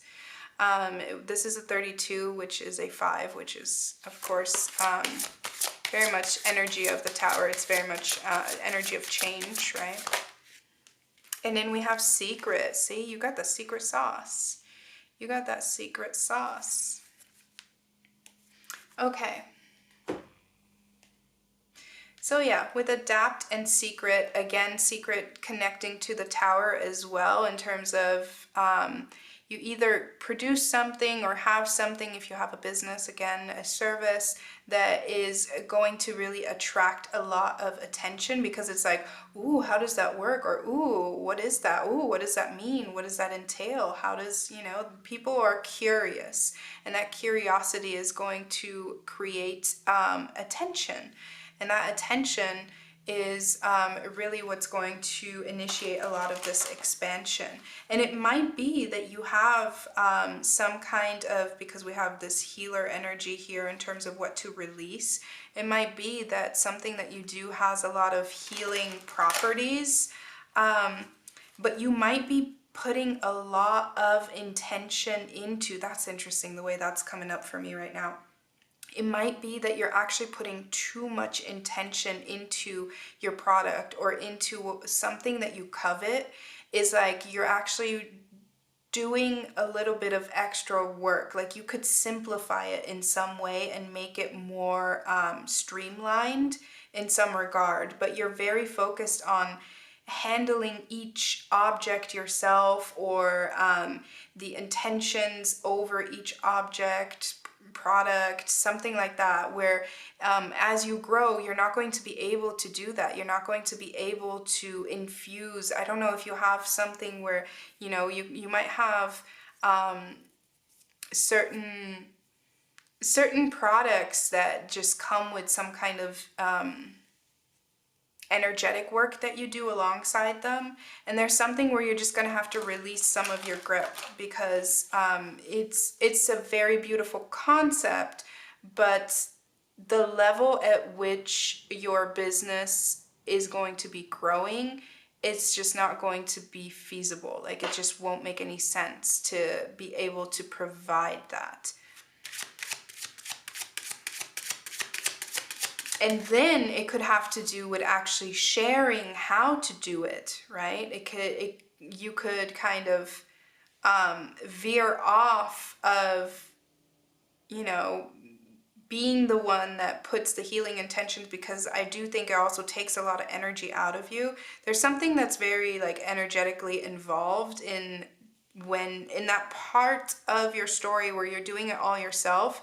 There's a lot of very loving attention attached to whatever it is that you're working on. And I think you just kind of have to streamline things a little bit. That intention is definitely what attracts people, but you're also able to kind of help people infuse things with their own intentions and their own magic. I hope that makes sense to somebody. It makes sense to me, but I think it's very difficult to kind of explain that, because it really depends on what it is that you're doing. Okay, but for somebody out there, I'm sure it makes sense. Okay, we're gonna get one last card. This one we're gonna read from the booklet as always for group 2. Oh, I just realized I never rolled my dice. My bad. We'll do that right now. Okay, can we get any energies on what stands in between group 2 and their abundance? We have the 11th house. Yeah, 11th house is the house of aspiration. So your abundance is very aspirational, but it's totally doable. But the 11th house is also a house of friendships and social networks. And especially because we have Libra energy come out, again, we are making moves in terms of networking and connecting with other people and building like a network of reliance. Like, you know, you're building connections that are actually becoming relationships because you're expanding whatever it is that you're working on, right? So there are business relationships that have to be fostered. Okay, and so I see a lot of strategizing and a lot of planning with Mars. So we have Mars, Libra in the 11th house. So I'm seeing a lot of like relational strategizing and working and having to trust people again, right? So this is very much going from a very solitary operation towards being able to rely on other people. Okay. Now, one last oracle card for group 2, please. Yeah, it's this one. Are you kidding me? It's Sleeping Beauty. It's Sleeping Beauty's dream, which is very interesting considering that we had the 4 of Swords and we were talking about you get to finally take a nap, right? Sleeping Beauty's dream. Let's talk about it. That is a number 3. Soul journey, power of imagination, inner strength. We all know the story of Sleeping Beauty, who got pricked by a spindle and fell into a deep sleep. This card shows Sleeping Beauty asleep, her hair thick like thorns surrounding a castle. Imagine if your soul could wander while you sleep. What places and people would it visit? Envision what kind of journey you could have. Your soul is not tied to a certain place. It is able to tear down walls and scale a hedge of thorns. Like the bird Sleeping Beauty gently holds in her hand, your soul is ready to be freed and soar all the places in your dreams. Again, this is very much talking about expansion because there's a lot of possibilities, right? If we take a look at how this castle is like in her mind, right? But there's all these thorns around it of like, oh, I don't know if I can achieve that. I don't know if I can do that.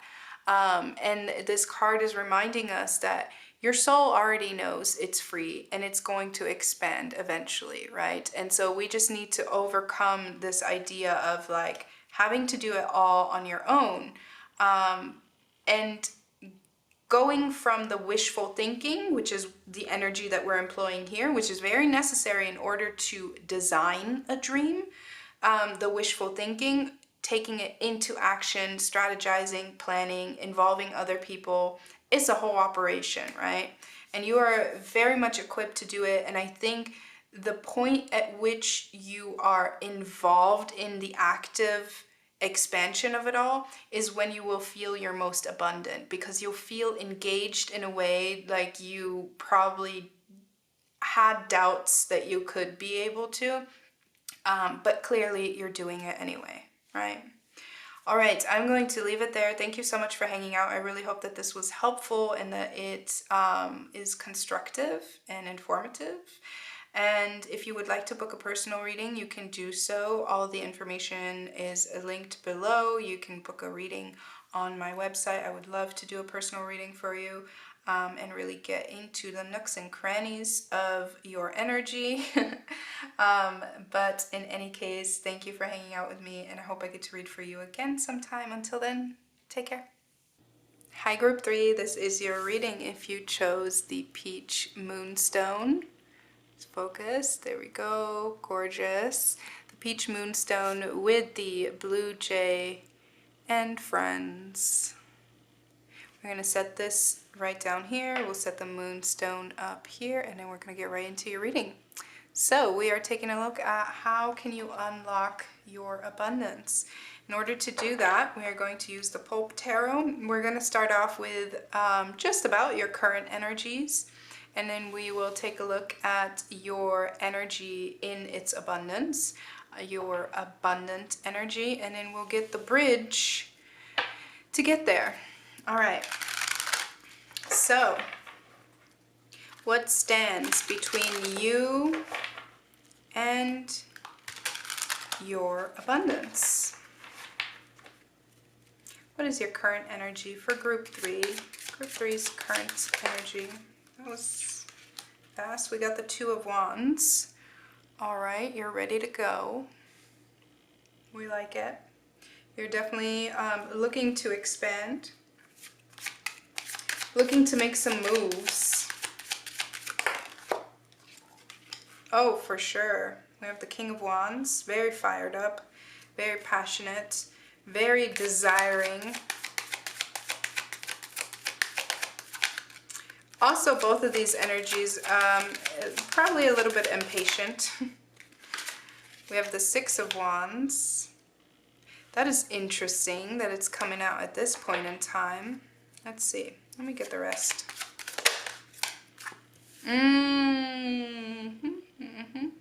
Look at all these wands, though.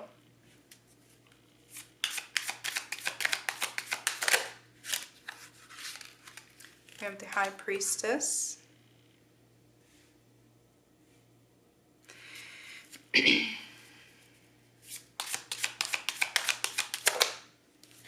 Wow.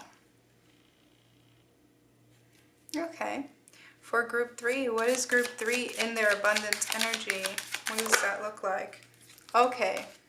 This is fascinating because, I mean, it might be a little bit of a plot twist to you. Interesting, we have the 4 of Pentacles at the bottom of the deck. This might be a little bit of a plot twist to you, but it's part of the plan. What stands in between you and your abundance is that you actually have your sights set on a false abundance. I think you are focused on something that you think will make you happy, that you think will make you feel fulfilled, and ultimately it's not it. It's not it. And the reason that you think that it will fulfill your needs is because you are very likely coming from a place of lack with this 4 of Pentacles. So what I'm seeing here is that you are very much determined, right? The 2 of Wands along with the King of Wands, this is determined energy to conquer, determined energy to achieve. And then what follows immediately after, when we're not even at the crux of the reading, is the 6 of Wands, which means you want it, you got it. It's very, I want it, I got it. And then recognizing, oh, this is actually a lot more than I thought it was going to be in terms of responsibilities, in terms of weight to carry, in terms of upkeep, perhaps. There is some kind of accomplishment. Now, that doesn't mean that you're going to reach the money that you want, but it has something to do with status, for sure, with the 6 of Wands. It has something to do with attaining the certain level of status or certain level of attention that you wanted, whether that is from one particular person, may that be a romantic connection, a boss, or whether that is like on a more social scale, so whether that is like a social media attention, something like that, right?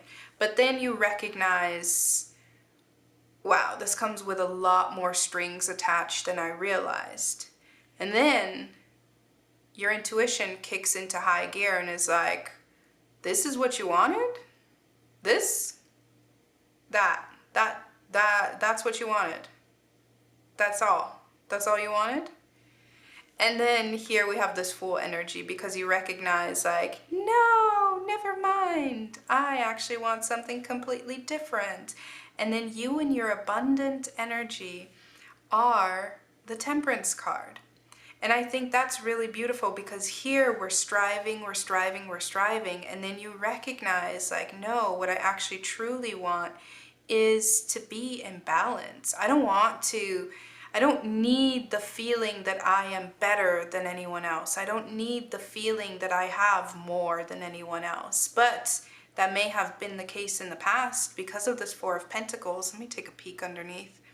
We got the Seven of Pentacles. Yeah, this is recognizing that money isn't everything. Status isn't everything. This is recognizing like how much you actually had to begin with because of, let's say, your personality or because of the love in your life, right? Now, if this is more so about love, if your idea of abundance has more to do with love, then this is the desire to find someone that you can be a power couple with. And it's like, once you get that, you recognize that being a power couple is not all that, because there's this very high level of expectation and upkeep, and the emotional connection might not even fully be there, right? Because specifically when we're talking about power couple in this day and age, it is very, it can very often be just a facade of, we look nice together and we seem like we have our shit figured out, right? But you don't always see the hard work in the background. And so this is really kind of indicating that you're on a path here to recognizing that what people see on the surface is not what's going to bring you joy. That's not going to bring you fulfillment. And so you're coming into balance. Your abundance has a lot more to do with you truly enjoying where you're at, instead of constantly striving to be better, to be other, to be richer. There's this coming home to yourself of like, I can just rest into who I am and feel abundant in that, right? So we are fixing some kind of lack mentality here, and that's a beautiful thing to do. I do like that it's coming through some sort of exposure in a positive way, so you get a taste of the thing that you think you wanted and realize, oh, this isn't what I wanted at all. And you were just made to believe that that's what you wanted, that that would bring you fulfillment, that that would make you happy. And there's nothing wrong with that, because it still gets you to a point of recognition, right? Not just recognition for you, but recognition of you recognizing like, oh, this isn't all that it's coughed up to be. Right? And so there is some kind of, it's just a certain knowledge that you would not have achieved without achieving that status. Because if you never got to that place, you may forever think, that's where I'm supposed to grow towards. That's where I'm supposed to head it, right? That is the ultimate win. And so I like that you're achieving and then recognizing like, oh, this isn't what I thought it was going to be. And then that really kind of sets you free from the restrictions of that dream, of that fantasy. It sets you free from that. Now, does that mean, of course, because I'm telling you this ahead of time, that you're not supposed to chase that? No, of course, you're supposed to still chase that and achieve that, because it's through that experience that you recognize what really matters to you, and that's going to bring you towards the actual fulfillment that you're looking for, right? And so if I were to tell you like, so whatever it is that you're chasing right now, just don't do that. That doesn't make any sense, because then it's kind of like, okay, I have something coming through. If you check the traffic app, right, and you know you're here and you're here and you're trying to get here, and the traffic app, right, Google Maps or whatever, Apple Maps, whatever, tells you, oh, there's a huge traffic jam on this street that you need to take, or on this road that you need to take, so you might as well just not take it. Well, then you're never going to get here, right? You're not just gonna not go. You still have to go, and especially because it does come with perks, right? It does come with a scenic route, but it might take you a little while, right? So I'm not trying to discourage you from following your dreams, especially because who's to say that, how do I put this? Who's to say that your abundance isn't still wrapped up in this success, right? It just might be your approach to that success, or your expectations, or your emotional involvement to that success that changes, right? I do want to point out right quick too that this kind of is giving the vibe of more money, more problems. But if you think about that, that doesn't mean that with more abundance comes more responsibilities. And maybe we're recognizing like, oh, that's not what I was looking forward to. But there is this change in appreciation that is happening that I think then it doesn't mean that you completely have to throw this out of the window. Okay, let me try to, I'm going to use a metaphor. If it applies, take it. If it doesn't, please just take it as a metaphor, right? This to me does look like somebody, I'm getting a lot of different hits here of somebody wanting some level of fame or attention. Now, you sit at home and you're thinking, you know what? I have the world in the palm of my hand through my phone, through social media. I have the world in the palm of my hand, so I might as well, right? I go online, I present myself as very confident, I present a certain picture of myself. That picture is well received. I get a lot of praise and attention for what I do, for who I am. And then I recognize all the heavy things that come with the limelight, that come with public attention, which is the responsibility to always be friendly, always be on, always be entertaining, and never have a bad day. To constantly churn out new ideas, to constantly provide, to constantly make people feel like they can have access to you. There's just a lot that comes with that, right?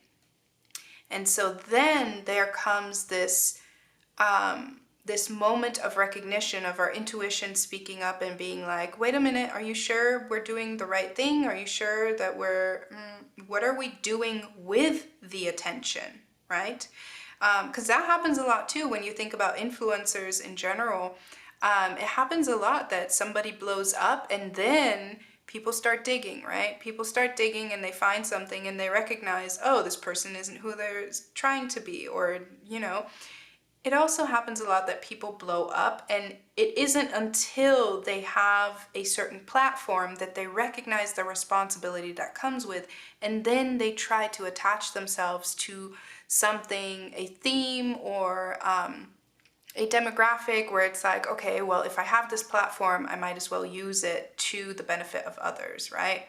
Something like that can happen. So specifically what's coming to mind right now is Dylan Mulvaney, right? The way that Dylan started off making content just about herself and her own journey, but it quickly became like there was all this responsibility that came with it because she had to represent a whole demographic of people. And so people were criticizing her when she said something wrong. And so it just became really, really difficult for her to feel confident in the content that she was putting out, right? And so that's kind of what I'm seeing here. That's the metaphor that's coming through, but it doesn't have to do with social media. It doesn't have to do with any kind of public sphere at all.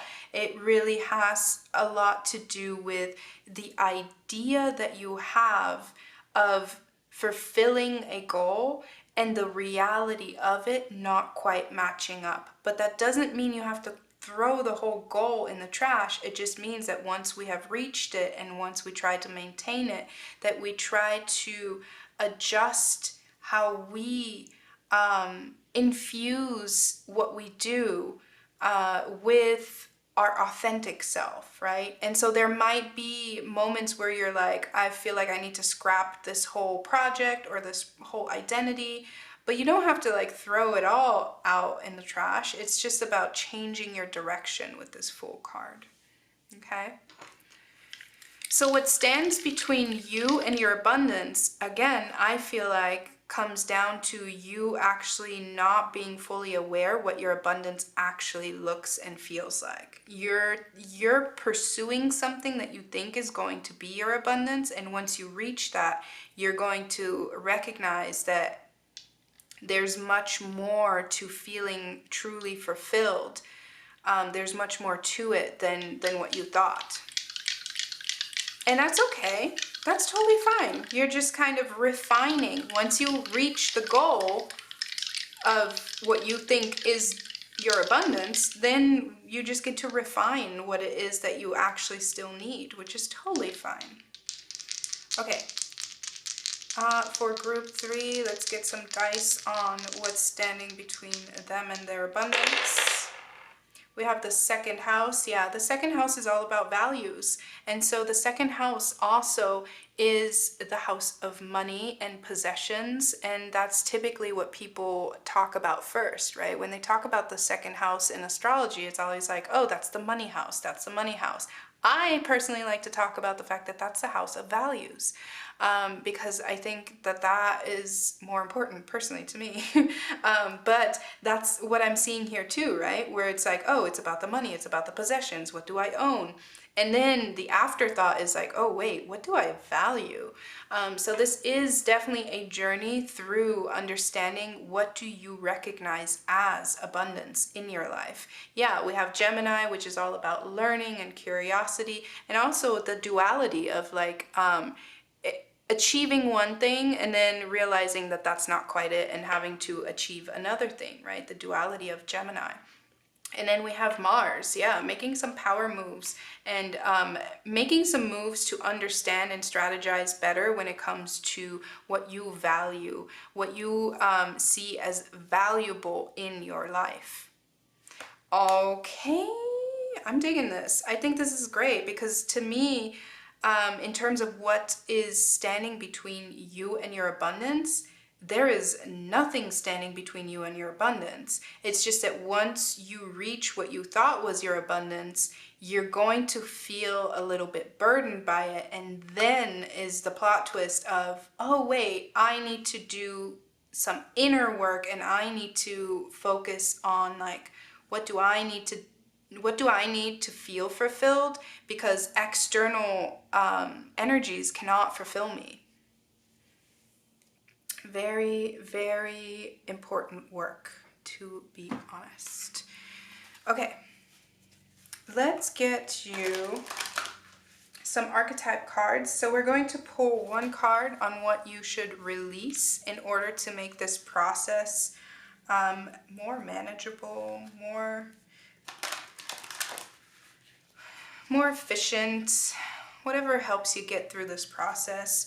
What is an energy that you need to release to get through this process? And then what is an energy to embrace? So for group 3, what is an energy that they need to release? Or that they should release, not need to. You're still gonna go through this process either way. This is just advice. Interesting, we have the Fool card. And funny that we have the Fool card over here because I would think that that's something that you need to embrace. So in terms of what to release, it does say in the shadow attributes, denial of your emotional truth and using humor to wound rather than to liberate. But denial of your emotional truth, I think, is what you recognize after you achieve what it is you thought would emotionally satisfy you. And then you realize, whoa, I haven't actually been fully paying attention to what I was actually pursuing. I do want to point out right quick too that we got this card that just jumped out at me. I think this card is, I'm always worried that people are going to be very jarred by that card because it can feel very judgmental, but it's not. It's society that is judgmental. This archetype in itself is a classic archetype and it's not, there's no judgment attached to it. But it does also highlight once again that there is some kind of dichotomy here between the values of money and the value of abundance, right? That there is something where it's like we think they're one and the same, and then we realize they're actually not. Okay, what is an energy that group 3 should embrace moving through this journey? What is an energy to embrace? We have exorcist, yes, okay. It says freeing yourself and others of destructive impulses.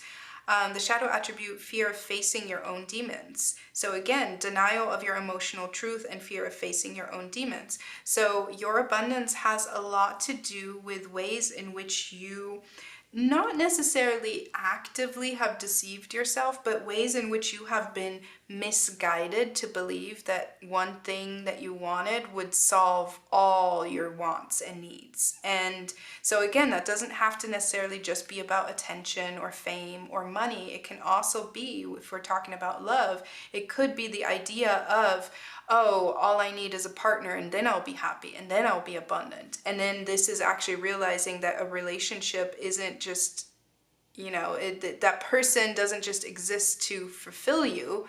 It's a balance that has to be achieved, right? And so this is really about recognizing that there is work to do internally, even once we have found what we thought previously was going to fulfill us. We recognize that that cannot be done through external sources and that we have work to do internally. And that kind of just activates through that process.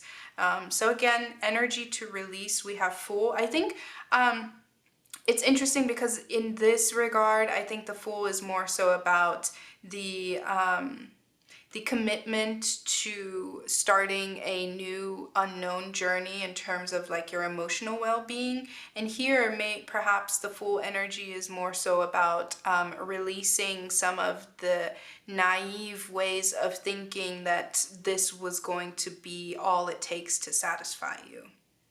Okay, and then exorcist, again, to embrace that is really just about not allowing any kind of toxicity to take hold, because the thing is, if we don't go through this process, then this lack mentality, even though we have what we asked for, it just kind of takes root, and then it's like no amount of money or fame will ever be enough to fill that hole if we don't engage in this process. And so that's why exorcist is here, because exorcist is asking you to free yourself and others of destructive impulses, which would be this idea of like, well, I'm still not happy, I guess I just need more fame, I need more money, I need more, I need more, I need more, I need more. No, we don't need more. We need to address what we actually need, right?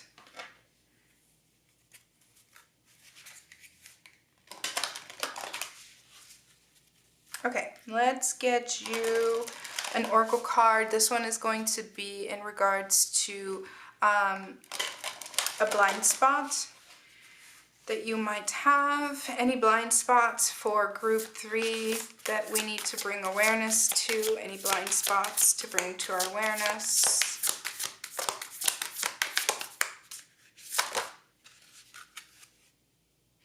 Interesting. We have intention. Intention also came out for group 2. But very different here, I feel, because it's very much connecting to what I was just saying in terms of like well, let me read this to you. It says, lacking personal direction begets confusion in life as a pawn to someone else's game of chess. Now, if we are chasing just the money for the money's sake, or if we are chasing just the fame for the fame's sake, or if we are chasing the relationship just for the relationship's sake, if we are chasing the job just for the job's sake, we are not infusing our choices with intention, which is something that you're going to be doing on this part of the journey, right? This is where we're like, whoa, whoa, whoa, wait, let me take it back. I just want to make sure that my intentions are clear, that we are infusing this with meaning, because money, fame, success on its own doesn't have any meaning. It's you and your love and your loved ones and your relationships that give it meaning, right? And especially because we have this Four of Pentacles, which is just this energy of like, no, I don't have enough. I don't have enough. If you bring that intention into everything you do of like, no, I don't have enough. I don't have enough. Then you're never going to have enough, right? At the bottom of the deck, we have voice. You are here to be known, so speak and be seen. Again, an indicator that some of you guys in this group are definitely meant to be visible online in some capacity. You're meant to get a lot of attention, but then it's like, okay, but what do you want to do with that intention, right? You don't want to just be famous for being famous. Unless you really are desperately trying to be the next Kardashian, then congratulations. Once you become the next Kardashian, you're not really going to feel fulfilled, right? You want to do, and that's also not me putting any judgment on the Kardashians, maybe just a little bit, but you know, they have done here and there, not enough, but here and there, they have done things to help with certain social causes and such, and the way that Kim, but that's exactly it though. That's why I think she came to mind, because Kim Kardashian like passed the bar, right? Which is incredibly difficult to do. And she did that because she knew she needed more. Sure, she has other reasons, but even with all the fame, it's like, okay, but I need a little bit more. I need a little bit more meaning, right? And so there is something, again, it doesn't have to be fame. There is just something that you are chasing that perhaps isn't as fulfilling as you are envisioning it to be. But that's okay, because once you reach it, you can fill it with meaning, okay? And that's the abundance. That's when you are able to reach that level of fame or money or whatever it is that you're chasing, when you're able to accomplish that and then you're able to infuse it with meaning, that's when you get the best of both worlds, right? That's when you get this temperance energy, and that's when you are in your abundant energy. When you are able to infuse the goal and the achievement that you have with meaning, then it makes the Ten of Wands worth it. Because other than that, without the meaning, it becomes like you are just a hamster running in a wheel, right? And it's like, wait, who am I doing this for? Why am I doing this? And that's what gives you the motivation to really keep going and to enjoy this journey as well. Let's see. Let's get you some oracle cards from this deck. Any advice or considerations for group 3?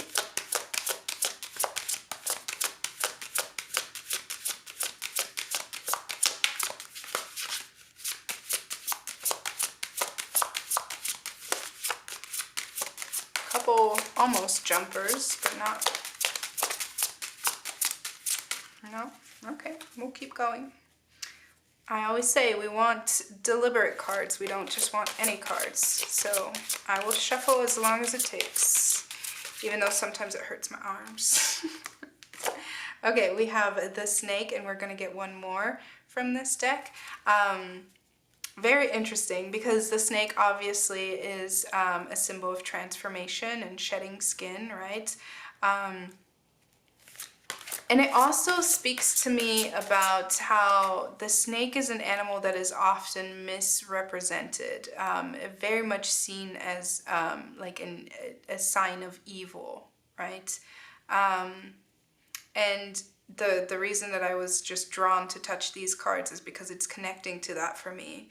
That your energy might, because you have your sights set on something, and I'm also thinking about how the way snakes are seen as something very hypnotic and very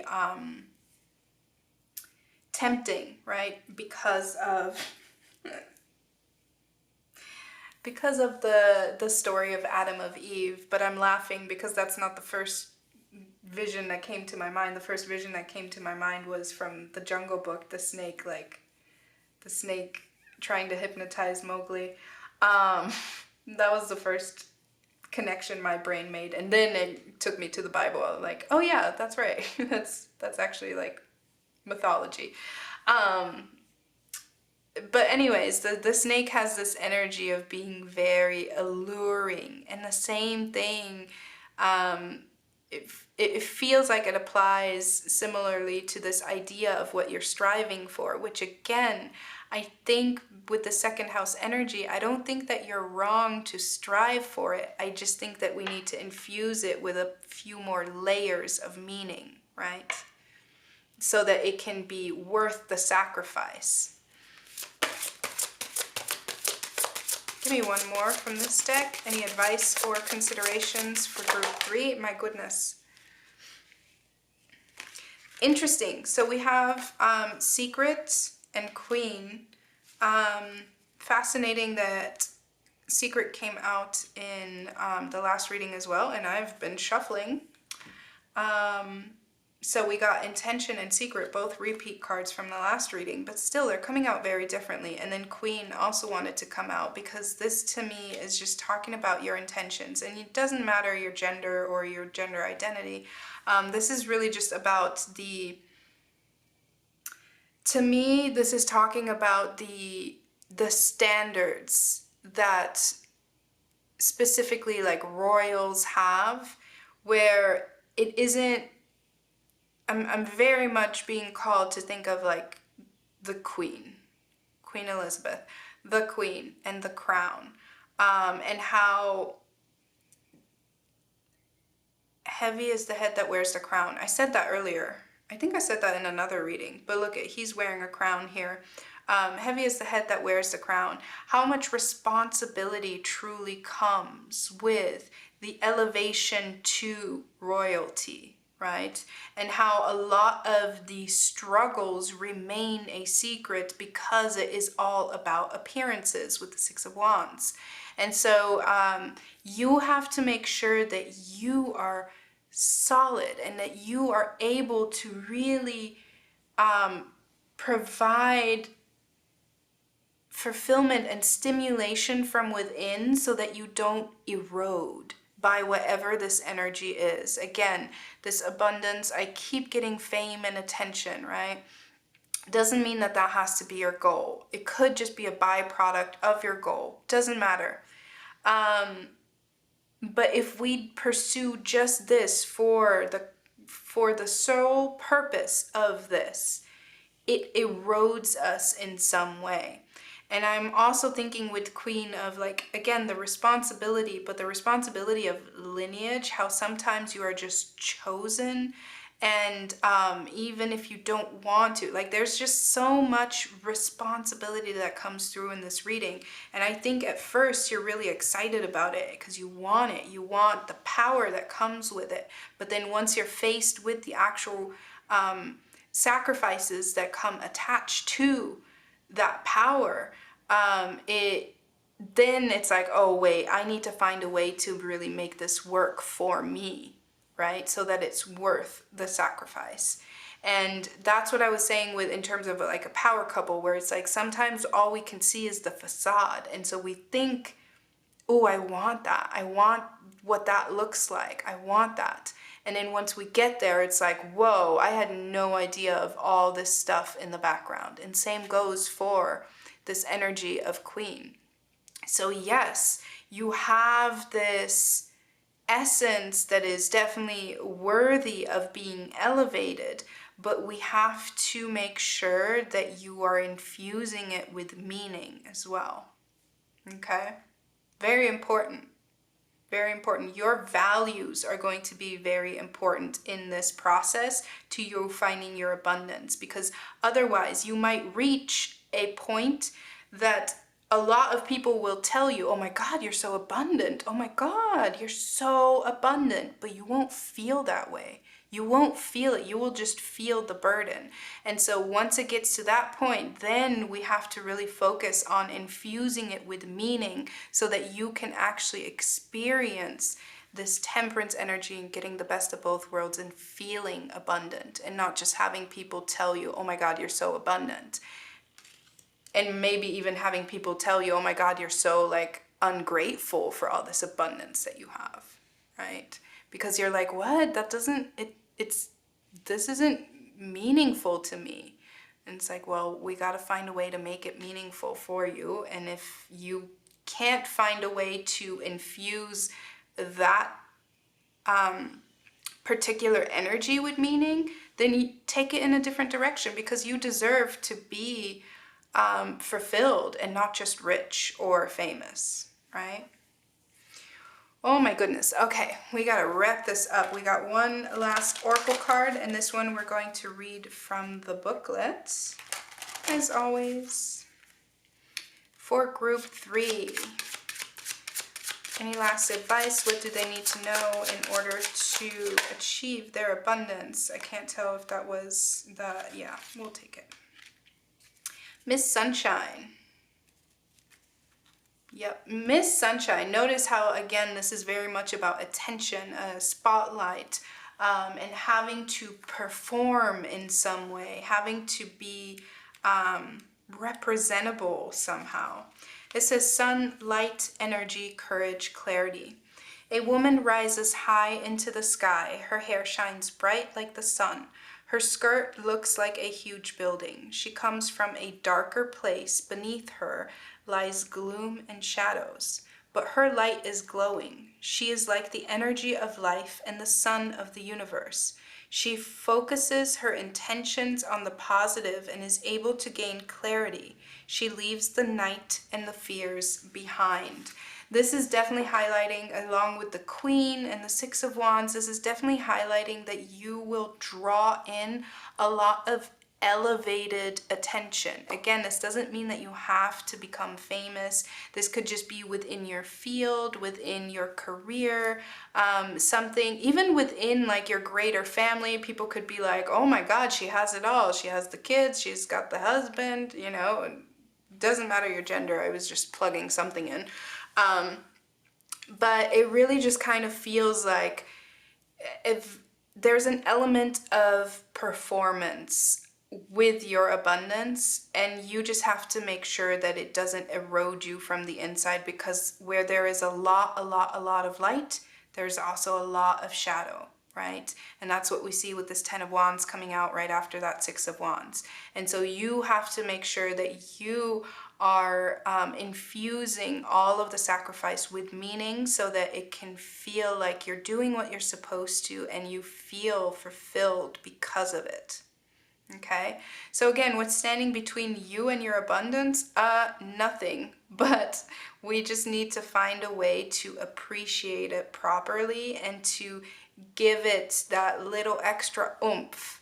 You know, when people say to put salt on your watermelon, or to put a little bit of, just a tiny bit of sugar in your tomato sauce, like a little unexpected flavor to kind of balance out and make something more rich, or like putting acidity in food, right? It just makes it more rich. That's what this feels like. It's like, yeah, you have all of the ingredients, but you're like, something's still missing. And then in comes a little bit of acidity, something to give it all a little bit more oomph and to really kind of bring the whole thing together. I hope that that makes sense. All right, I'm going to leave it there. Thank you so much for hanging out. I really hope that it was constructive, that it was informative, confirmations, whatever it is that you needed from this. If you would like to book a personal reading, you can do so on my website. Everything is linked below in the description. I would love to do a personal reading for you, because I like to get all up into your business and your energy. But in any case, thank you for hanging out with me today, and I hope I get to read for you again sometime. Until then, take care.